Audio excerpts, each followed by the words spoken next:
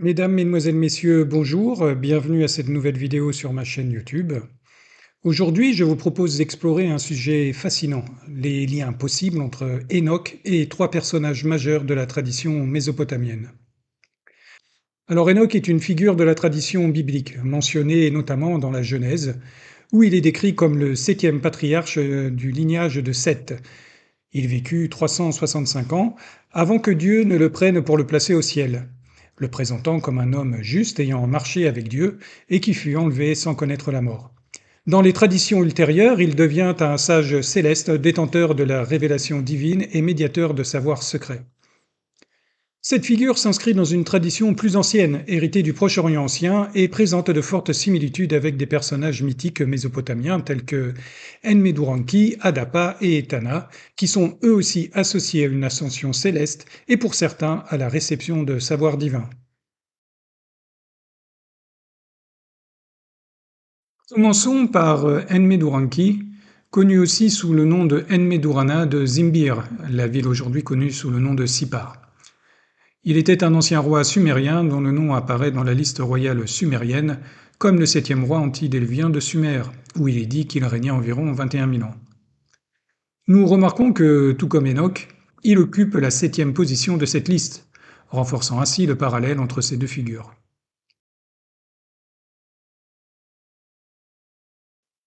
Les tablettes néo-assyriennes K 2486, 3646, 4364, 3357, 9941 et 13307 sont celles utilisées par Wilfrid George Lambert dans son article Enmeduranki and Related Matters, publié dans le Journal of Cuneiform Studies, volume 21, un volume spécial en l'honneur du professeur Albert Goetz. Ces tablettes racontent comment Enmeduranki, roi de Sippar, est initié par Shamash et Hadad aux arts divinatoires, ainsi qu'à des pratiques rituelles comme l'usage du bâton de cèdre. Il transmet ensuite ce savoir aux hommes de Nippur, de Sippar et de Babylone. La suite du texte est plus confuse et semble proposer une version alternative de cette transmission, élargie à l'astrologie et aux mathématiques. Ainsi, cette transmission n'est pas seulement personnelle, elle fonde une tradition sacerdotale, celle des devins mésopotamiens. De son côté, Enoch, surtout dans le livre d'Enoch, apparaît lui aussi comme un homme élevé auprès de Dieu, recevant des révélations sur le cosmos, les anges et le destin du monde. Déjà, dans la Genèse, il est dit qu'il marche avec Dieu, puis disparaît, signe d'une élévation hors du destin humain ordinaire. La ressemblance la plus marquante est cette idée d'un humain choisi qui accède à la sphère divine sans passer par une mort classique. Dans les deux cas, il devient dépositaire d'un savoir caché qu'il transmet ensuite. Ce schéma correspond à une figure très ancienne du Proche-Orient, celle du sage antédiluvien initié par les dieux. C'est précisément ce qui a conduit de nombreux chercheurs à envisager une continuité culturelle.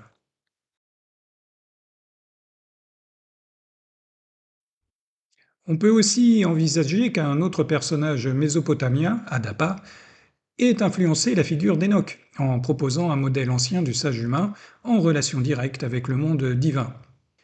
D'abord, la graphie Adaba, bien plus ancienne que la forme akkadienne Adapa, mérite un bref commentaire.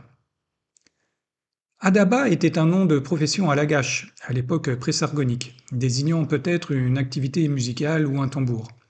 C'est également un nom propre attesté à Lagash, à l'époque d'Ur III. En d'autres termes, la figure d'Adapa pourrait être à l'origine une sorte de personnification d'un rôle ou d'une fonction, peut-être liée à un milieu cultuel ou rituel, avant de devenir un sage primordial dans la tradition mésopotamienne.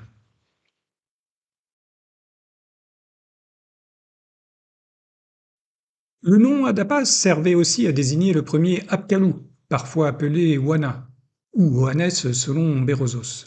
Les Apkallu étaient des demi-dieux créés par Enki pour donner la civilisation à l'humanité. Selon la légende, ces êtres étaient apparemment mi-homme, mi-poisson et sortaient tout droit de la mer Érythrée. Dans un premier temps, ils devaient enseigner à l'humanité la science, les arts et les techniques qu'ils reçurent d'Ea. Pourtant, ces deux individus étaient deux personnages bien distincts. En effet, Wana était mi-homme, mi-poisson, tandis qu'Adapa était le premier prêtre purificateur et pêcheur au service d'Ea dans le mythe portant son nom. Le lien entre ces deux êtres pourrait s'expliquer par le fait que le nom Adapa était utilisé comme une épithète signifiant sage. Dans la liste des rois et des sages d'Uruk, datant de la dynastie des Séleucides, Adapa est mentionné comme le conseiller d'Ayalou, ou Alulim pour les Sumériens, c'est-à-dire le premier roi antédiluvien.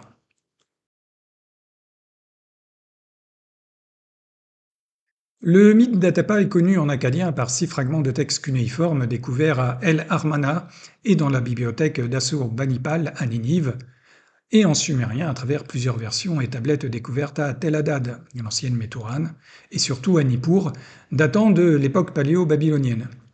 Malgré ces différentes versions, on peut néanmoins discerner un fil conducteur qui permet de suivre le récit. Ce poème se situe au moment qui suit immédiatement le déluge et l'organisation des êtres humains. Adapa sert fidèlement Ea dans son temple situé à Eridu et en assure les différents rites, s'occupe de la table et ferme le verrou de la cité.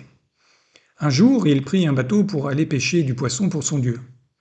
Alors qu'il naviguait dans le golfe Persique, le vent du sud fit chavirer son embarcation et le jeta à la mer. Furieux, Adapa lui lança une malédiction qui lui brisa une aile. Pendant 7 jours, le vent ne put souffler.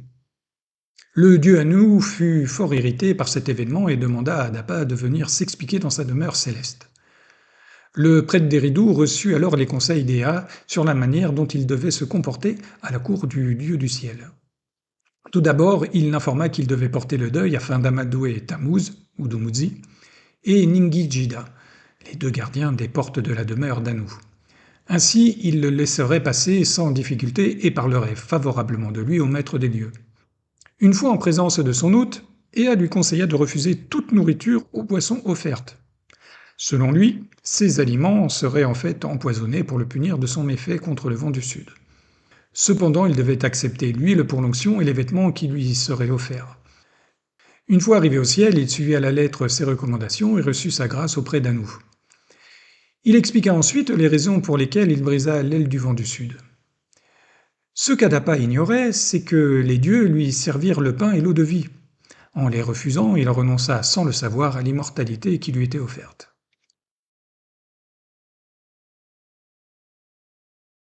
Ce mythe met en avant la condition mortelle de l'homme face au Dieu immortel.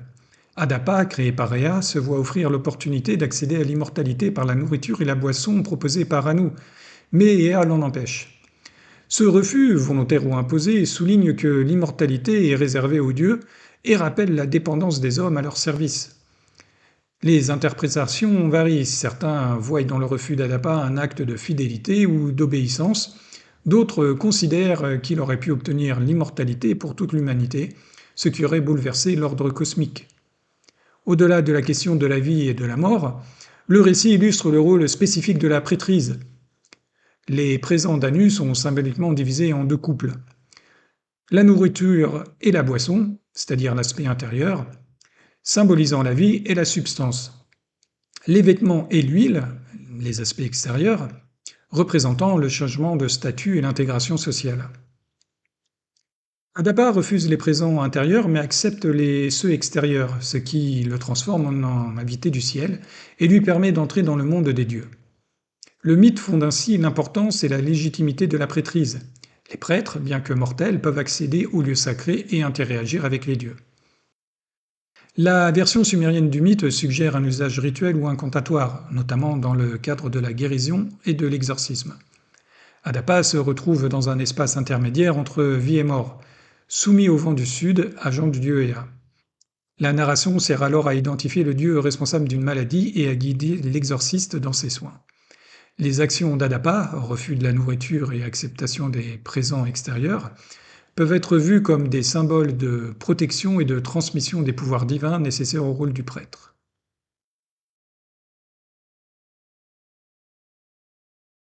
Adapa et Enoch présentent de nombreux points de convergence dans les traditions mésopotamiennes et bibliques.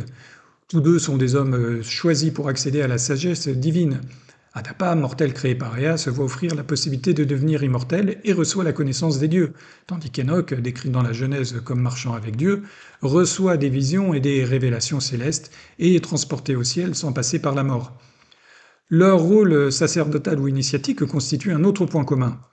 Adapa, Saréa, dans le temple d'Eridu, prépare la nourriture de Dieu et devient un modèle pour les prêtres, alors qu'Enoch, dans certaines traditions apocryphes, reçoit des enseignements sur les cieux, les anges et l'ordre cosmique. Tous deux connaissent un voyage ou une ascension céleste. Adapa rencontre Anu et reçoit des présents divins, tandis qu'Enoch est transporté au ciel pour contempler les secrets célestes. Enfin, ces récits ont une fonction fondatrice et éducative.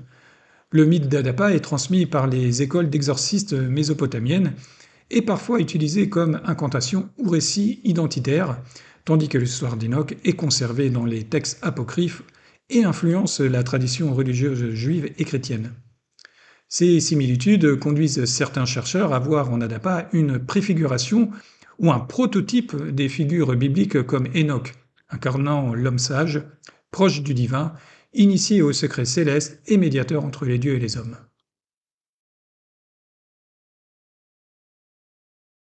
Dans le cadre de notre analyse sur Enoch, le dernier personnage mésopotamien à considérer est Etana. Il s'agit d'un personnage légendaire de l'histoire de la Mésopotamie qui fut peut-être à l'origine un individu réel ayant ensuite été mythifié, à l'image des rois d'Uruk tels que Enmerkar, Lugalbanda ou Gilgamesh. Etana est présenté comme le 13e roi de la ville de Kish. Il apparaît à ce titre dans la liste royale sumérienne où il est présenté ainsi. Etana, le berger qui vers le ciel, monta. Celui qui affermit les pays étrangers, il fut roi, il régna 1500 ans.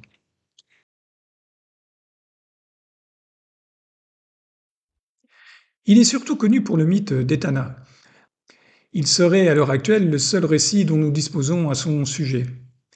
Dans ce texte, le serpent et l'aigle vivaient paisiblement ensemble dans un arbre jusqu'au jour où l'aigle mangea les enfants du serpent. Le reptile alla se lamenter à Shamash, qui lui suggéra de se cacher dans le ventre d'un bœuf mort et d'attendre que le volatile s'approche pour le capturer. Le serpent suivit à la lettre les instructions de la divinité solaire et se vengea en le jetant dans une fosse après l'avoir frappé pour l'empêcher de s'envoler. Pendant ce temps, Etana se lamentait de ne pouvoir avoir d'enfant. Ayant entendu ses prières, Shamash lui répondit que la solution était d'obtenir une plante d'enfantement qui se trouvait dans les cieux, là où résidaient les dieux. Il l'invita à sortir l'aigle du trou et de le soigner. En contrepartie, l'oiseau devait l'emmener dans la demeure des dieux.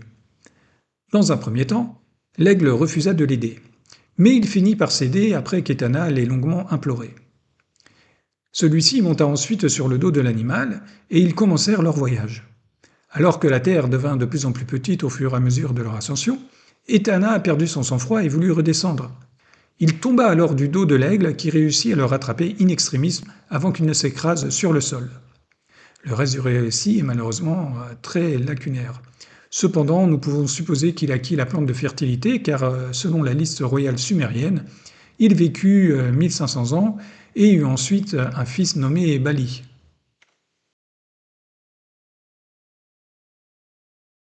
Pour Etana et Enoch, dans les deux cas, il s'agit d'une figure humaine qui franchit la frontière entre le monde terrestre et le monde céleste, ce qui constitue un motif rare et marquant.